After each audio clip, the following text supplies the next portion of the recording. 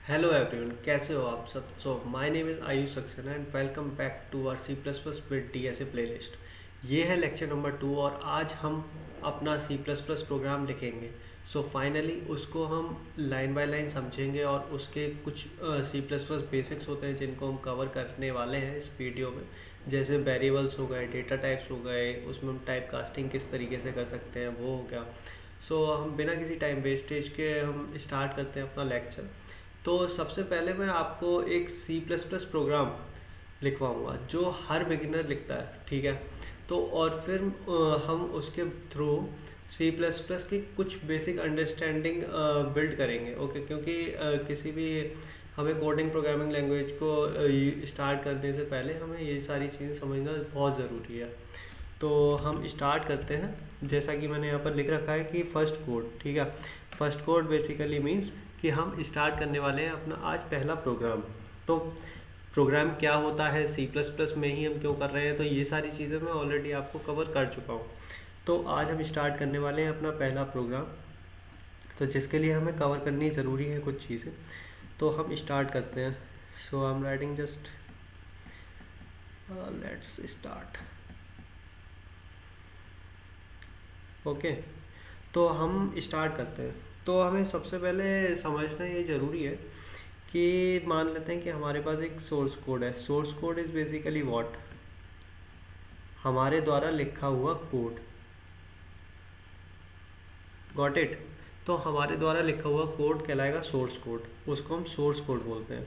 अब एक है हमारे पास कंप्यूटर, ओके।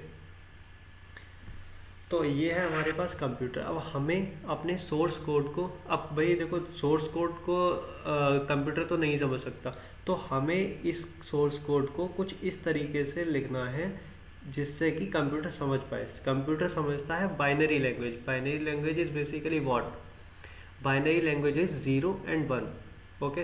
तो आप कुछ भी कोड लिखते हैं तो वो 0 और 1 की फॉर्म में ही कन्वर्ट होगा, उसके बाद ही कंप्यूटर समझ सकता है, ठीक है। कंप्यूटर महाराज को समझ ही तब आएगा जब आप 0 और 1 में उसको समझाएंगे। तो उसको समझाने के लिए यहाँ पर एक चीज़ आती है जिसको हम क्या बोलते हैं, कंपाइलर, ठीक है। तो यहाँ पर स्पेस अभी कम है जिसकी वजह से मैं नहीं लिख पा रहा हूँ, तो आप समझ जाना। यहाँ पर है ये कंपाइलर। तो अब ये क्या करता है, जैसे आपने जो सोर्स कोड लिखा, ठीक है। तो सोर्स कोड लिखने के बाद हम जाएंगे कंपाइलर पर। कंपाइलर पर हमने सोर्स कोड लिखा, देन सोर्स कोड पहले कन्वर्ट होगा हमारा मशीन अंडरस्टैंडेबल लैंग्वेज में। अब मशीन अंडरस्टैंडेबल लैंग्वेज मतलब 0 और 1, ठीक है। क्योंकि हमारी जो मशीन है, कंप्यूटर है, वो क्या समझता है, 0 और 1। तो हमें कन्वर्ट करना होता है 0 और 1 की फॉर्म में अपने सोर्स कोड को, तो वही काम करता है कंपाइलर, ठीक है। तो कंपाइलर के यहाँ पर दो मेजर वर्क है, ठीक है, काम। तो वो क्या काम है मैं एक बार यहाँ पर लिख देता हूँ।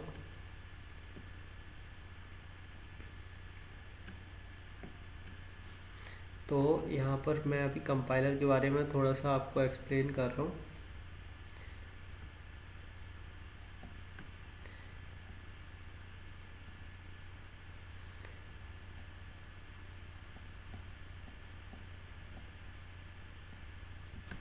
ठीक है, तो कंपाइलर के दो मेजर एस्पेक्ट्स हैं, तो वो क्या है। सबसे पहला है translation,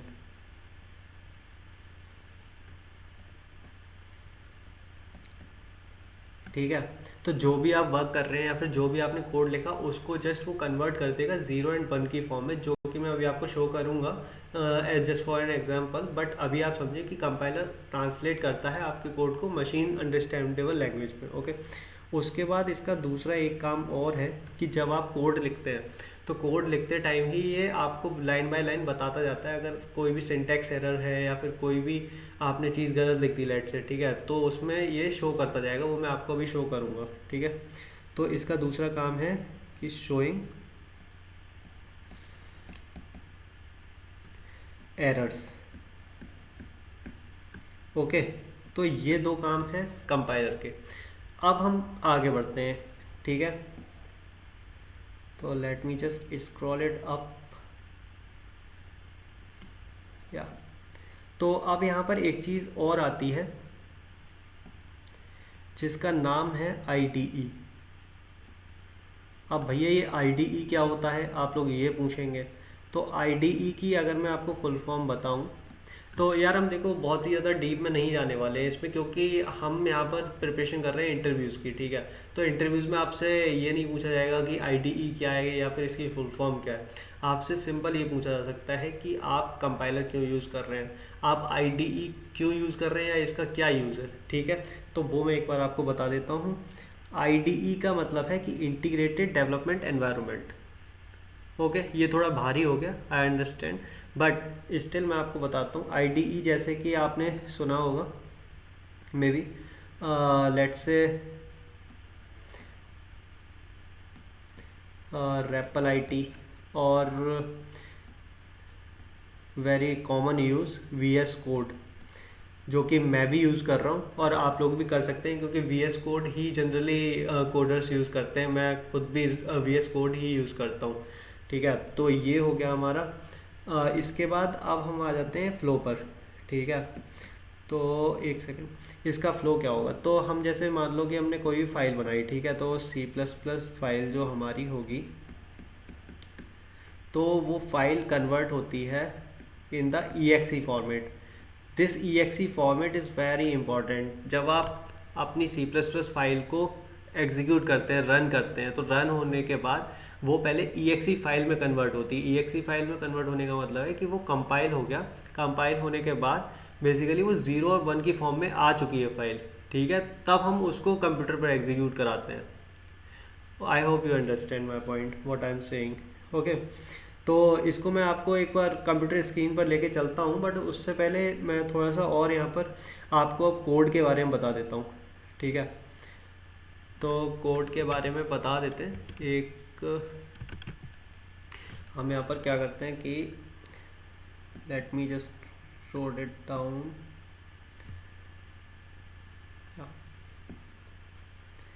so here it is.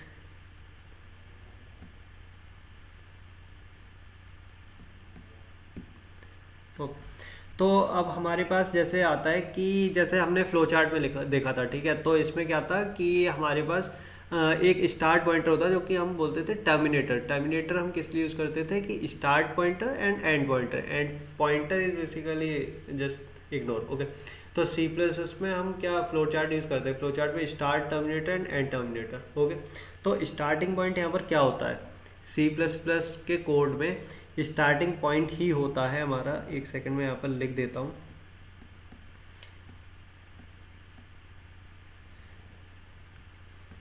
C++ code, ठीक है। तो अब यहाँ पर मैं लिखता हूँ एक फंक्शन, जो कि होता है हमारे किसी भी C++ प्रोग्राम का मेन पॉइंट, जहाँ से एग्जीक्यूशन स्टार्ट होती है।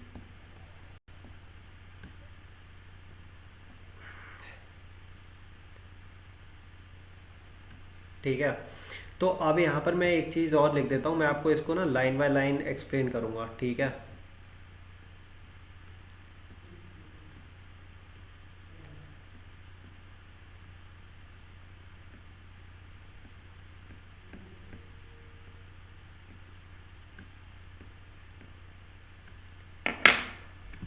Let me just wrote it down here. Why this? हाँ, तो देखो यार, मैंने ये बताया आपको कि यहाँ पर क्या है कि ये जो है हमारा ना इंट मेन, जो हमने ये चीज़ लिखी हुई है, ये मैं अभी आपको C++ फाइल में भी दिखाऊंगा। तो ये है हमारा start pointer, okay. Flow chart पे जो हम लिखते हैं ना एक टर्मिनेटर स्टार्ट, वो यही है। क्योंकि किसी भी प्रोग्राम जब हम लिखते हैं, कोई भी प्रोग्राम, तो उसका स्टार्टिंग पॉइंट यही होता है, ठीक है, इंट मेन। अब ये जो कोड मैंने लिखा है, ये लिखा है मैंने टू प्रिंट हेलो। इस कोड से हेलो प्रिंट हो जाएगा आपका, ठीक है। तो ये चीज़ आपको समझ आ गई होगी। अब यहाँ पर मैं इसको लाइन बाय लाइन समझाऊंगा, बट उससे पहले मैं एक बार आपको इसको C++ फाइल में दिखा देता हूँ, ठीक है। तो अभी मैं आपको लेके चलता हूँ अपने VS कोड पर, जहाँ पर मैं आपको शो करूँगा कि हम कैसे कोड को लिख सकते हैं। तो ये रहा हमारा VS कोड। तो इसमें हम लिख सकते हैं like has, late me just right the function only. Okay, जो मैंने वहाँ पर लिखा था मैं बस उतना ही लिख रहा हूँ। यहाँ पर क्या प्रिंट कराना चाहिए यार, आप बताओ। First code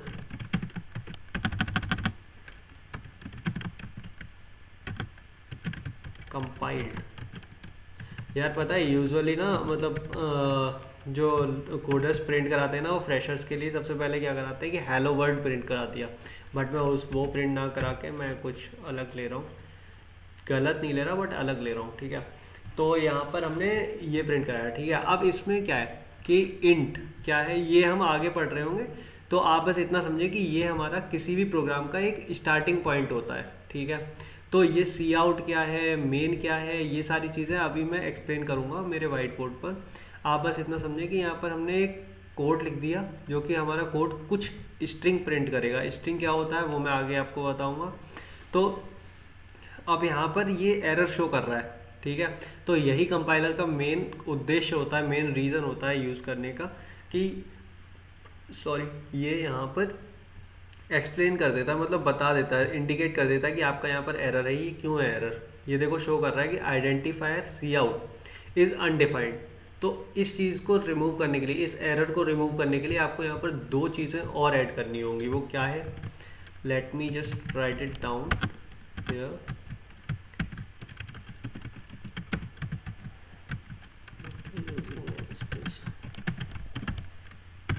STD, okay. तो अभी मैंने ये दोनों लाइन लिख दी हैं। आई होप अब यहाँ पर एरर नहीं आएगा, ठीक है।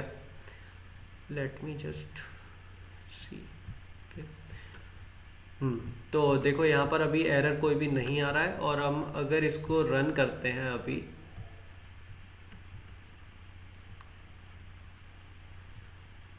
तो आप देख सकते हैं यहाँ पर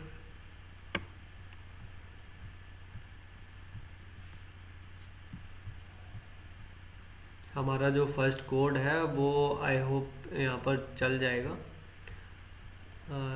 ये थोड़ा सा टाइम लेता है यार, मेरा लैपटॉप थोड़ा सा ना लैग करता है। अभी आप लोगों का सपोर्ट मिलेगा धीरे धीरे, उसके बाद मैं देखता हूँ कुछ इसके बारे में।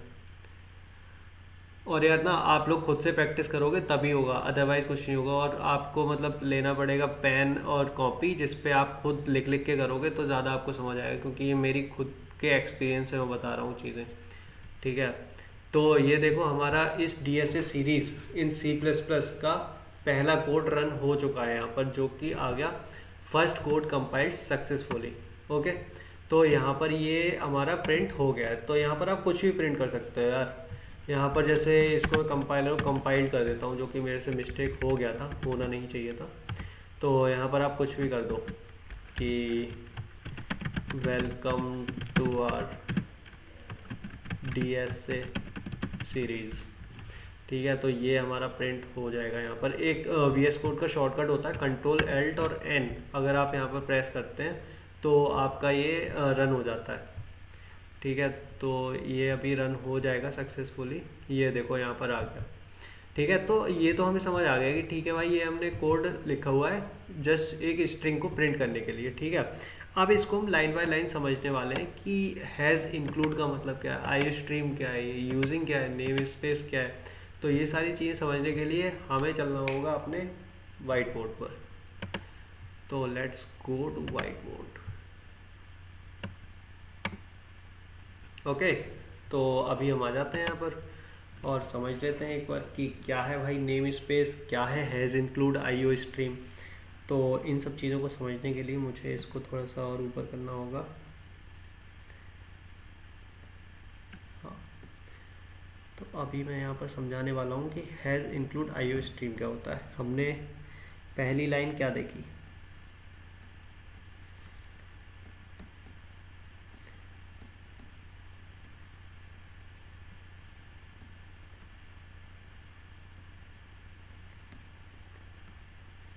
मैं इसके नोट्स भी प्रोवाइड कर दूंगा जो मेरी एक्सप्लेनेशन है। और अगर आपको हैंड रिटन नोट्स चाहिए हो तो आप कमेंट्स में मुझे पिंग कर सकते हैं, तो मैं आपको हैंड रिटन नोट्स भी प्रोवाइड कर दूंगा। और हाँ, एक चीज़ और, VS कोड का सेटअप मैं आपको बता देता हूँ, आप मेन जी डब्ल्यू डाउनलोड कर लीजिए, देन वी एस कोड कर लीजिए यार, कोई भी एक 2-3 मिनट की वीडियो मिल जाएगी आपको यूट्यूब पे, उसको आप देख लीजिए और हो जाएगा। अगर उसके बाद भी कोई प्रॉब्लम आती है तो आप कमेंट में पिंग कर दीजिए, मैं आपको उसकी उसमें हेल्प कर दूंगा। इतना बड़ा कोई इशू नहीं है, इसीलिए मैंने सेटअप नहीं कराया क्योंकि वो बहुत सारी वीडियोस ऑलरेडी पड़ी हुई हैं। तो हम अभी बताते हैं कि यहाँ पर हमने क्या क्या यूज़ किया, ठीक है। तो हैज़ इंक्लूड का मतलब क्या है? Hash include is just a syntax for C plus plus and to indicate whether the this header file is include in the program और नॉट। तो इस हैज़ इंक्लूड का मतलब है कि ये वाली जो हेडर फाइल है, this is header file, input output stream, okay. So this is header file, यहाँ पर ये आएगा,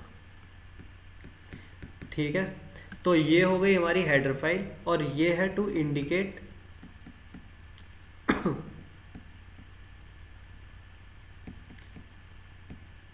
दिस हेडर फाइल, ओके। तो इसका मतलब बस इतना सही है कि IO स्ट्रीम एक हेडर फाइल है जिसके अंदर हमारे बहुत सारे फंक्शंस होते हैं, जैसे कि एक अभी हमने जो प्रिंट करने के लिए लिखा सी आउट, वो भी एक फंक्शन है IO स्ट्रीम क्लास का, ठीक है।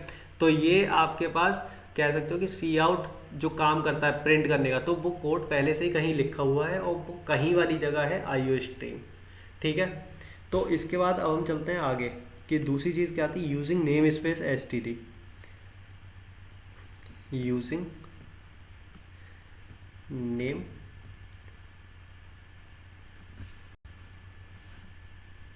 स्पेस एंड STD, ठीक है।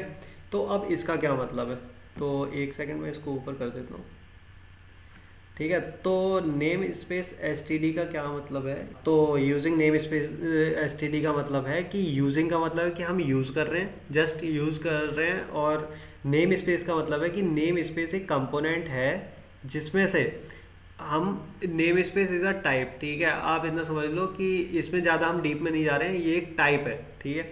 अब STD क्या है, एक नेम स्पेस है, ठीक है। अब जैसे मैं आपको कैसे बताऊँ कि आपके पास दो बॉक्सेस हैं, ठीक है। अब एक में पड़ा है सी आउट, एक और है बॉक्स जिसमें पड़ा हुआ है सी आउट, ठीक है। तो अब हमें क्या करना है कि सी आउट हमारे पास दोनों में पड़ा हुआ है, ठीक है। इसका नाम है STD एंड इसका नाम है STD एडवांस, ओके। तो हमने अपने प्रोग्राम को बताया कि आप यूज़ करिए नेम स्पेस, ठीक है। यूज़ करिए आप एक नेम स्पेस जो कि होगा STD टाइप का, ओके। तो हम यहाँ पर ये वाला नेम स्पेस यूज़ कर रहे हैं, समझ गए आप लोग, ठीक है। तो बस इसका इतना ही मतलब है कि आप यूज़ कर रहे हैं यहाँ पर नेम स्पेस को STD टाइप का। I hope you understand my point clearly, ठीक है। इसके बाद अब हम आ जाते हैं, हम बहुत ज़्यादा डीप में नहीं जाने वाले हैं ऑलरेडी, क्यों टाइम वेस्ट करना है हमें। तो हम आ जाते हैं आगे। तो अब यहाँ पर आ जाते हैं हम कि सी आउट, ठीक है। सी आउट तो आप समझ ही गए कि सी प्लस में हम प्रिंट करने के लिए यूज़ करते हैं सी आउट, और उसके बाद अगर हमें किसी यूज़र से इनपुट लेना है तो वो हम क्या यूज़ करते हैं, वो अभी मैं इसके बाद बताने वाला हूँ जस्ट, तो आप वेट करें बस, ठीक है। तो सी आउट एंड देन हमने इसमें क्या लगाया था, आपको तो बताओ यार हमने क्या लगाया था। सोचो, वीडियो पॉज करो, इसकी जब तक प्रैक्टिस नहीं करोगे कुछ नहीं होने वाला है, कोडिंग प्रैक्टिस से ही आती है यार, ठीक है। तो हमने इसमें सी आउट एंड दिस ब्रैकेट्स लगाए थे, ठीक है। तो इन ब्रैकेट्स का क्या मतलब है, ये एक रिप्रेजेंटेशन है सी प्लस प्लस में। जब आप ये ब्रैकेट्स यूज़ करते हो इसका मतलब है कि आप प्रिंट करना चाह रहे हो, सी आउट के साथ आप यूज़ कर रहे हो, और एक होता है सी इन, ठीक है। तो इसके साथ आप ये ब्रैकेट्स यूज़ करते हो, इन ब्रैकेट्स का मतलब है कि आप यूज़र से इनपुट लेना चाह रहे हो, ठीक है। ये आप यूज़ करते हो टू राइट समथिंग, मैं यहाँ लिख देता हूँ,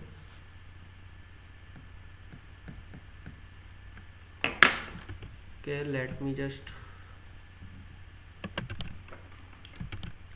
या so just to write something, okay. तो मैं इसको यहाँ पर एक बार सही से लिख देता हूँ, ओके। और इसका मतलब होता है टू टेक इनपुट,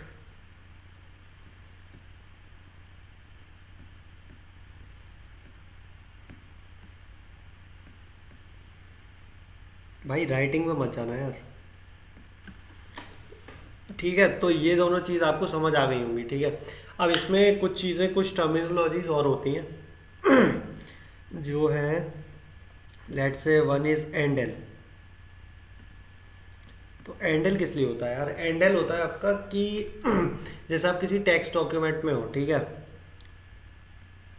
तो टेक्स्ट डॉक्यूमेंट में जब आप कोई लाइन लिख रहे हो, उसके बाद जब आप एंटर प्रेस करते हो, तो एंटर प्रेस करते टाइम आप नेक्स्ट लाइन में आ जाते हो। तो वही काम यहाँ पर एंडल करता है, ठीक है। एंडल कैसे करता है, मैं एक सेकंड आपको शो कर देता हूँ यहाँ पर। Where is my cursor and where is my V S code? So my V S code is here. आप लोगों को वी एस कोड दिख रहा होगा मेरा। तो यहाँ पर मैं अभी शो करता हूँ आपको एक बार, ठीक है। अभी आउटपुट मेरा यहाँ पर, मैंने कोई भी एंडल यूज़ नहीं किया है, ठीक है। तो मेरा आउटपुट आ रहा है welcome to our D S A series, just simple, okay. अब मैं एंडल यहाँ पर यूज़ करने वाला हूँ, ठीक है। अब क्या आउटपुट आएगा आप एक बार देखिए। तो ये देखो, यहाँ पर जब मैंने हैंडल यूज़ नहीं किया था तब मेरा आउटपुट आ रहा था ये, और जब मैंने हैंडल यूज़ कर लिया उसके बाद मेरा आउटपुट आ रहा है इसके बाद एक और एंटर, ठीक है। तो यही यूज़ है एंडल का। एंडल के साथ एक चीज़ और होती है, फॉरवर्ड स्लैश एन, ठीक है। तो फॉरवर्ड स्लैश एन अगर आप यूज़ कर देते हैं, लेट से हम यहाँ पर कर देते हैं एन, ओके। तो यहाँ पर हमने यूज़ कर दिया, then white shows error, okay. तो यहाँ पर मैं इसको फिर से एंटर कर रन करता हूँ, then also it returns the same output, okay. So this is the output here, okay. तो ये था हमारा आज का। अभी इसमें कुछ हाँ, तो ये हमारा हो गया एंडल का, okay. After endl part we will come on to the next topic which is, let me just see, yeah. तो एंडल की बात हो गई हमारी, ठीक है। तो एंडल के बाद अब हम क्या करेंगे कि इसके बाद हम डेटा टाइप्स, वेरिएबल्स क्या होते हैं, उसके बाद अब हम बात करेंगे कि और क्या क्या चीज़ें हम कर सकते हैं, ठीक है।